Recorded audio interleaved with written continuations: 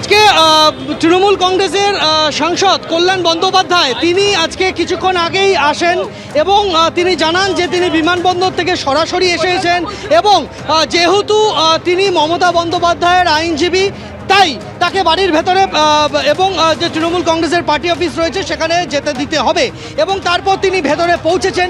তুমি দেখতে পাচ্ছ যে এই মুহূর্তে সাংসদ কল্যাণ বন্দ্যোপাধ্যায় এবং শুভাশিস চক্রবর্তী প্রাক্তন সাংসদ দুজনই আইনজীবী তারা এখানে উপস্থিত রয়েছেন এবং কল্যাণ বন্দ্যোপাধ্যায় তিনি সরাসরি অভিযোগ করলেন যে সাক্ষী হিসাবে সিআইডি বিজেপির দুই কর্মীকে এখানে সাজিয়ে নিয়ে এসেছে, স্থানীয় কোনো ব্যক্তিকে সাক্ষী হিসাবে রাখা হয়নি। যদিও আমরা এই মুহূর্তে দেখতে পাচ্ছি যে সিআইডি টিম তারা তাদের তল্লাশি অভিযান জারি রেখেছেন। কল্যাণ বন্দ্যোপাধ্যায় তিনি তৃণমূল কংগ্রেসের যে হরিশ চ্যাটার্জি স্ট্রিটের পার্টি অফিস রয়েছে, তৃণমূল কংগ্রেসের কেন্দ্রীয় পার্টি অফিস, সেই পার্টি অফিসের সামনে তিনি দাঁড়িয়ে রয়েছেন।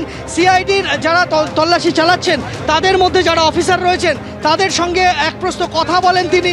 এখনও সিআইডির অফিসাররা থেকে শুরু করে সিআইডির কর্মীরা তারা এখানেই রয়েছেন, তারা এখানে কথা বলছেন। তাদের মধ্যে কয়েকজন কল্যাণ বন্দ্যোপাধ্যায়ের সাথে কথা বলছেন আমরা দেখলাম এবং শুধুমাত্র কল্যাণ বন্দ্যোপাধ্যায় নয়, কিছুক্ষণ আগে তৃণমূল কংগ্রেসের বিধায়ক কুণাল ঘোষ, মদন মিত্র তারাও এখানে এসে উপস্থিত হয়েছেন হরিশ চ্যাটার্জি স্ট্রিটে। যদিও তাদেরকে বাড়ির ভেতরে ঢোকার অনুমতি দেওয়া হয়নি। কল্যাণ বন্দ্যোপাধ্যায় নিজেকে আইনজীবী হিসেবে দাবি করেন যে তিনি মমতা বন্দ্যোপাধ্যায়ের আইনজীবী এবং তিনি ভেতরে যেতে চান, তাই তারপর তাকে ভেতরে যেতে দেওয়া হয়। এই মুহূর্তে কল্যাণ বন্দ্যোপাধ্যায় তিনি রয়েছেন পার্টি অফিসের সামনে। তুমি দেখতে পাচ্ছ সেই ছবি, সিআইডি টিম তারা রয়েছে এখানে, তারা তল্লাশি চালাচ্ছে এবং কল্যাণ বন্দ্যোপাধ্যায় তিনি নিজে সেখানে উপস্থিত রয়েছেন। সিআইডি যে তদন্ত করতে আজকে এখানে এসেছে তা হলো বিধানসভায় বিরোধী বিধায়কদের যে সই, বিরোধী দলনেতা কে হবেন সেই মর্মে যে সবার স্বাক্ষর করে যে কপি স্পিকারের কাছে জমা পড়েছিল তাতে বেশ কয়েকটি সই জাল করা হয়েছিল বলে অভিযোগ ওঠে এবং সেই জাল সইয়ের তদন্তের সূত্র ধরে আজকে এখানে এসেছেন কল্যাণ বন্দ্যোপাধ্যায়। তিনি আসছেন, তিনি কি বলেন আমরা সেদিকে লক্ষ্য রাখবো।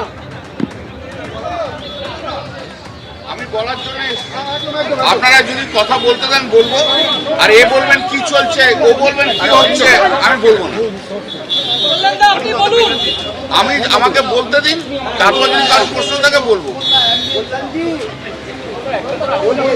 आप अकेला ही सफिशिएंट सब कुछ नष्ट करने के लिए, सब कुछ नष्ट करने के लिए आप अकेला। आप कौन चैनल का है?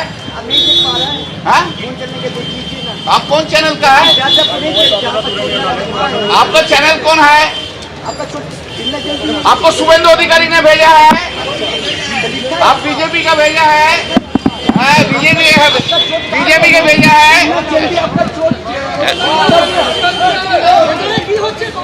ওনারা এসেছিলেন মমতা বন্দ্যোপাধ্যায়ের অফিস সার্চ করার জন্য।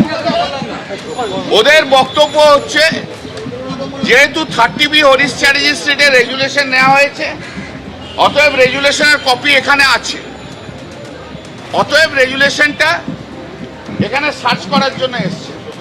আমি বললাম যেখানে মিটিং হয় সেখানেই কি হয়? বলে হ্যাঁ, যেখানে মিটিং হয় সেখানে রেজুলেশন থাকে।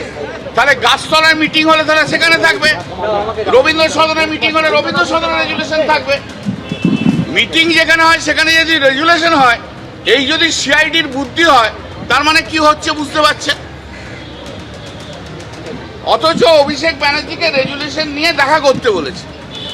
তুমি একদিকে বলছো অভিষেক ব্যানার্জিকে নিয়ে রেজুলেশন দেখা করতে, আর এখানে এসে রেজুলেশন সার্চ করছো, এটা দুটো ইনকনসিস্টেন্ট।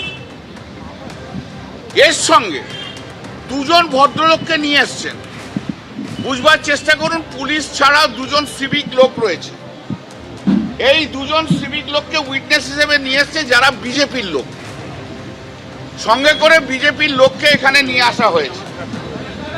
তারা কি একটা সাউ কোথায় থাকে, কাঠুয়া পাড়া না কোথায় কি একটা বললো, আরেকজন কি বললো, তারা লোকাল নয়, তাদের ওই উইটনেস থাকার দরকার হয়। তো উইটনেস আপনাদেরকে এসে বলবে, আপনারা জিজ্ঞেস করে নেবেন কি পেয়েছে না পেয়েছে, আমি তো বলা যাবে না। এই তো সবে সার্চ হলো, তারপর দেখি। এবিপি আনন্দ, এগিয়ে থাকে, এগিয়ে রাখে।